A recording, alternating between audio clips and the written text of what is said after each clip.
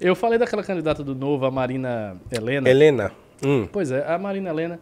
Eu vi uma parte do debate dela, e aí teve, a certa altura, uma pergunta sobre reindustrialização, em que ela repetiu uma opinião em voga entre os liberais brasileiros, que é o Estado não serve pra nada, ele só serve pra atrapalhar, não serve pra... Ela tá nessa. Tá nessa.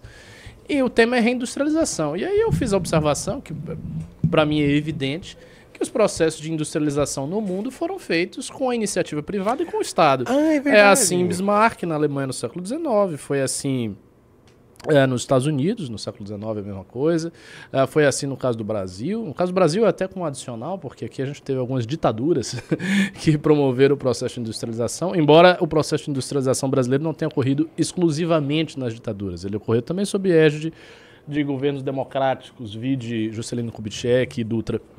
E aí eu comentei, não, essa é uma opinião boba, ela tá só repetindo certos clichês. E aí teve um cara aqui que ele escreveu a seguinte coisa: o MBL foi lá e atacou a Marina Helena porque ela defende a diminuição do Estado e abaixar impostos. O MBL é de direita assim, kkkkkkkk. E isso circulou. O cara... E aí eu tô tweetando, porque aí algumas pessoas falaram, não, mas existem outras opções, tem direitos que não são tão anti-estatistas. Aí o cara... é de direita... E o cara acha que isso não existe, ele realmente não tem a menor ideia da realidade. E aí é isso, eu tô tentando, porque o cara, as pessoas... Rapaz, o debate aqui no Brasil, Paulo, chegou a uma situação tal que não há muito o que fazer, porque as pessoas não têm a menor ideia das coisas, elas não sabem nada da história da humanidade, é assim uma espécie de vão, um buraco, eu não sei o que acontece. Meu irmão, existem tantas e tantas e tantas correntes político-econômicas que se perfilam, que se alinham ao que se chama de direita, que vai, assim, as opções para você falar de direita, elas são inumeráveis. Eu vou citar aqui algumas, só que me ocorre de memória. O distributivismo católico, me ocorre, Chesterton e Laebelloc, Encíclica Rerum Novarum, o ordoliberalismo, o neoliberalismo, o liberalismo da escola austríaca, tudo isso é direita. O gaullismo na França, o patriotismo francês, o estatismo alemão de Bismarck, a direita eslavófila russa, né, anticomunista na época, né, as novas direitas europeias, a alt-right, as variações da far-right. Para muitos historiadores, não todos, mas muitos historiadores, os fascismos históricos, o conservadorismo na Romênia, o nosso integralismo, que não era antiestatista. Que mais? Bom, eu posso pensar em mais coisas, mas assim, me ocorreram várias opções aqui. Tem várias correntes, tem várias linhas, tem várias proposições diferentes a respeito da relação entre o Estado e a economia e intervenção. Tudo isso é objeto de amplíssimo debate, de amplíssima controvérsia. Não é assim, não tenho, né? Ah, não, ser de direita é ser contra o imposto sempre.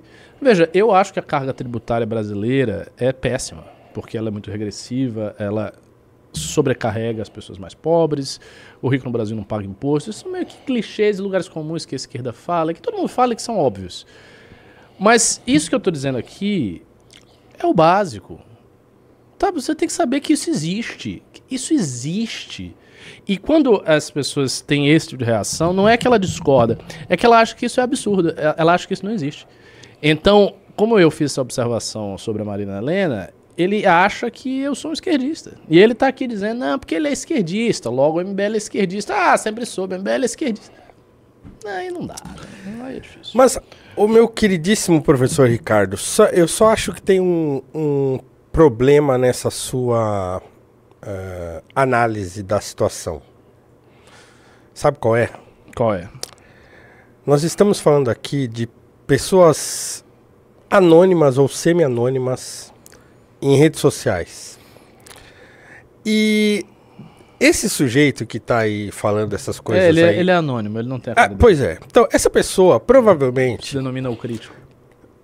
essa pessoa, ela não sabe o que ela tá falando. E ela sabe que ela não sabe o que ela tá falando. E provavelmente ela não conversa isso com ninguém. Então, quer dizer, se uma hora do dia ele desliga o celular e vai fazer outra coisa... Acabou.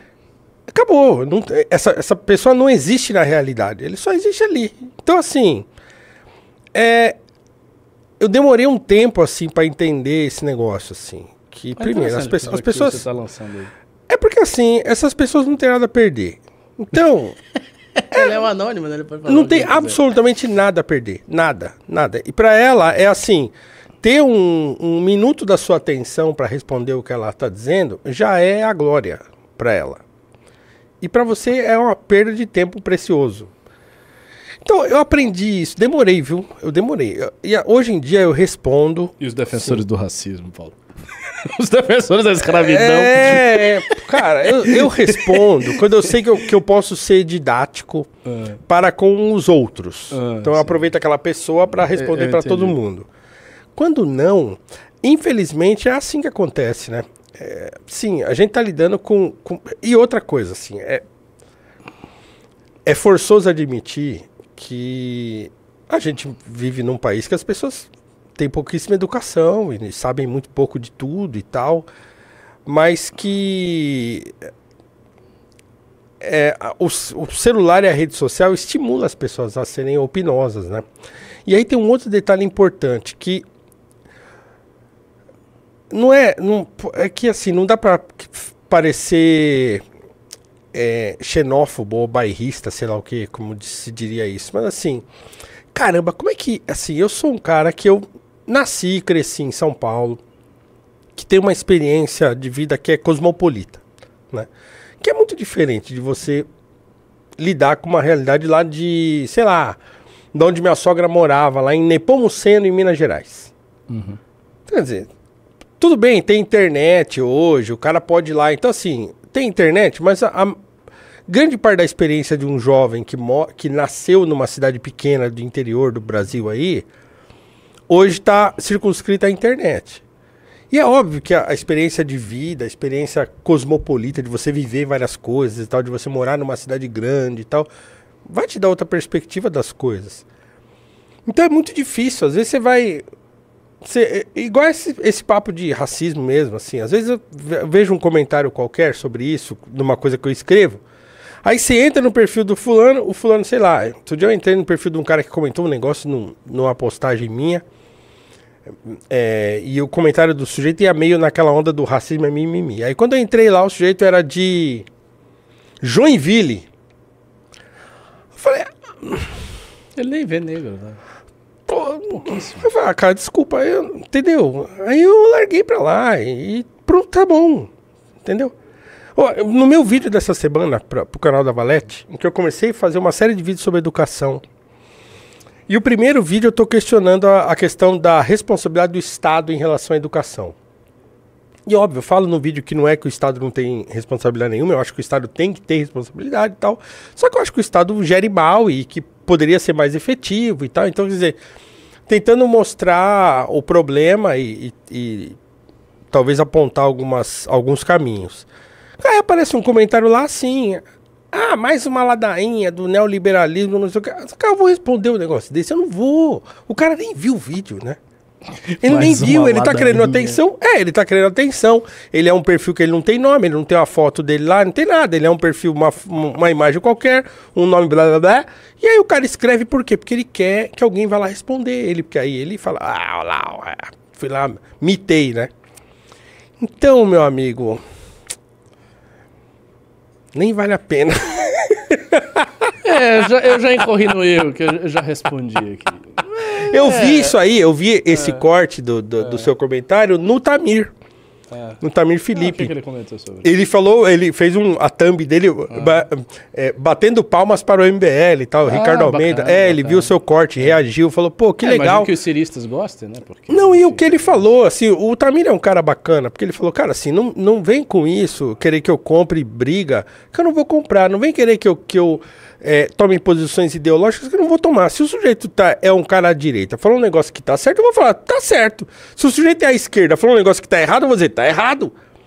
Então, assim, não queira que eu compre briga, que eu fale mal de uma pessoa, só porque ela está num outro polo político. Isso não tem nada a ver. As coisas convergem e divergem, né? Então você vai encontrar posições mais conservadoras, mais liberais, mais voltadas para uma sensibilidade social maior e não sei o quê, mas assim, essas coisas, para mim, ele fala, né, mais ou menos isso, na cabeça dele tá tudo em diálogo. Isso é o legal do Tamir Filipe. E eu vi esse corte seu lá, e ele falou, pô, legal. E quando eu falo para vocês que o MBL toma uma posição menos desse liberalismo de livro, livresco e tal, então é disso que eu tô falando e tal. E é verdade, eu acho que o movimento amadureceu, né, ao longo dos anos nessa ideia. Todos nós amadurecemos, né? Todos nós amadurecemos muito quando a gente fala de liberalismo. Hoje eu já tenho para mim, e eu já falei isso, já escrevi isso na Valete, inclusive, que assim, se a gente quiser falar em liberalismo no Brasil, a gente tem que olhar para o abolicionismo. A gente não tem que olhar para a escola austríaca. A gente tem que olhar para o problema brasileiro, para os caras que estavam lá no século XIX e que tinham lido quase em primeira mão aqueles autores europeus todos, né? E que conseguiram traduzir aquilo para um problema real brasileiro, que era a escravidão. Cara, mas como é que a gente resolve isso aqui? Como é que a gente transforma... Cara, aí você vai ler o Bastiat, pô, aí você escuta o Bastiat falando que, né, que é um de liberalismo religioso. O Bastiat, o A Lei, pô, é quase um livro de teologia, né? Ele defendendo o liberalismo e falando que a escravidão é uma violação, né, do direito natural da vida, da liberdade que Deus deu para as pessoas. Então você fala, caramba, os caras estavam lendo aquilo, o Rebouças estava lendo aquilo, né? O André Rebouças tem longos trechos do Bastiat, do Jean-Baptiste Say, do Adam Smith, no livro dele sobre reforma agrária no Brasil. Aliás, né, eu já contei isso outras vezes, acho que vale a pena comentar aqui, que uma vez eu fui dar uma palestra pro Instituto Mises, e aí eu falei sobre o André Rebouças, sobre o projeto dele de reforma agrária, e aí vieram me falar, mas ele não era muito liberal, né, porque ele queria reforma agrária. Eu falei, meu amigo, nós estamos falando de um país escravista, caramba. Que nós temos uma parcela pequena da população que tem terra e uma imensidão de gente que não tem nada. E aí a única solução que você tem é abre a porta das fazendas, deixa o pessoal sair e se vira aí. Como assim, né? Por isso que a esquerda inventou esse papo furado da meritocracia e fica batendo na gente, né, por uma coisa que a gente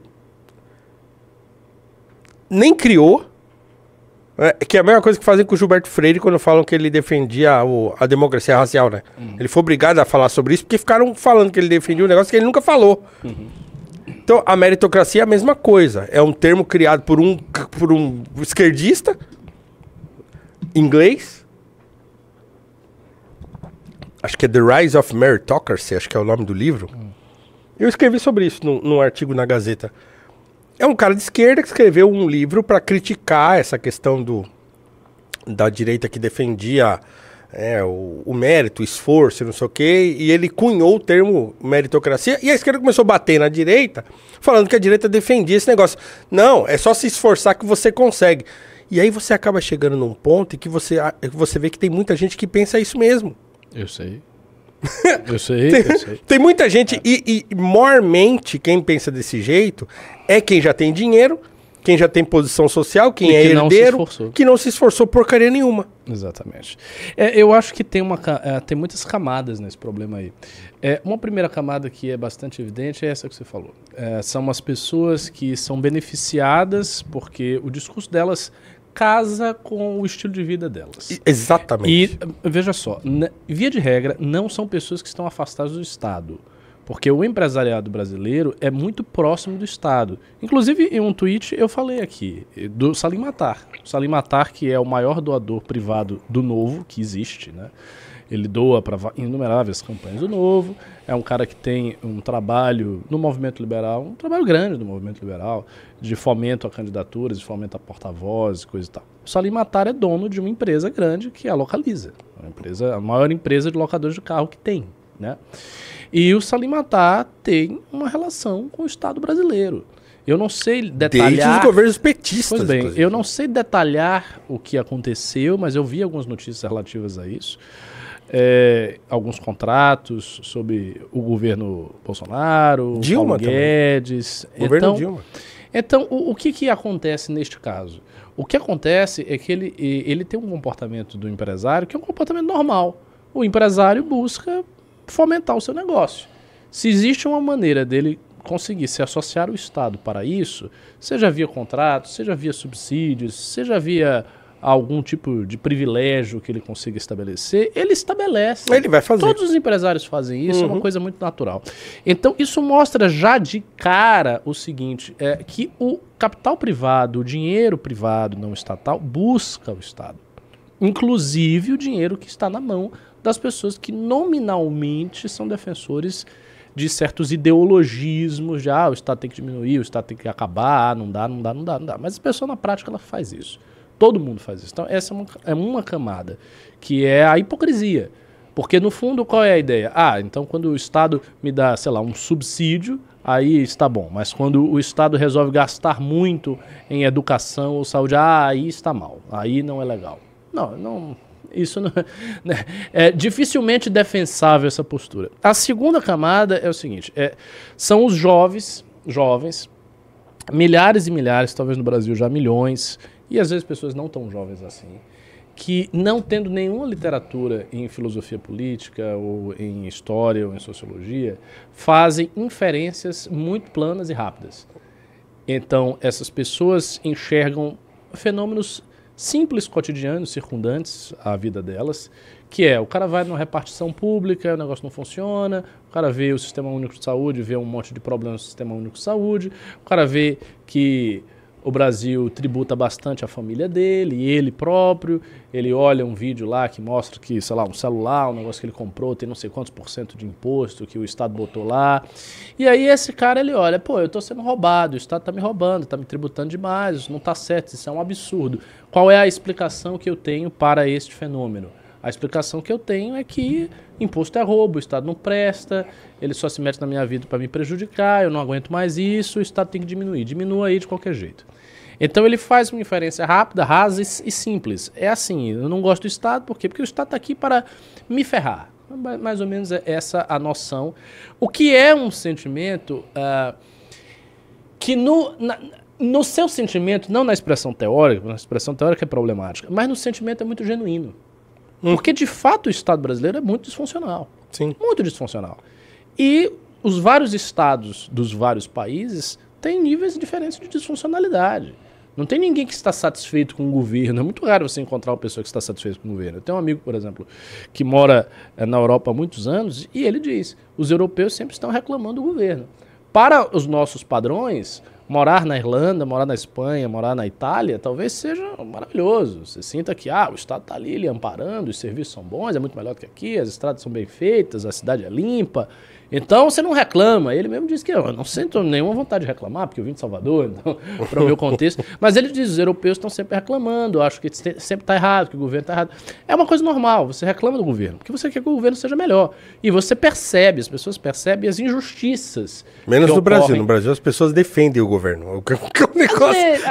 Às vezes, mas no caso no caso dessa galera mais anti-estatista, eu diria que não, eles atacam. Menos o Bolsonaro, que aí tem aquela grande contradição. Exatamente. Eu odeio o Estado, mas eu gosto do Bolsonaro.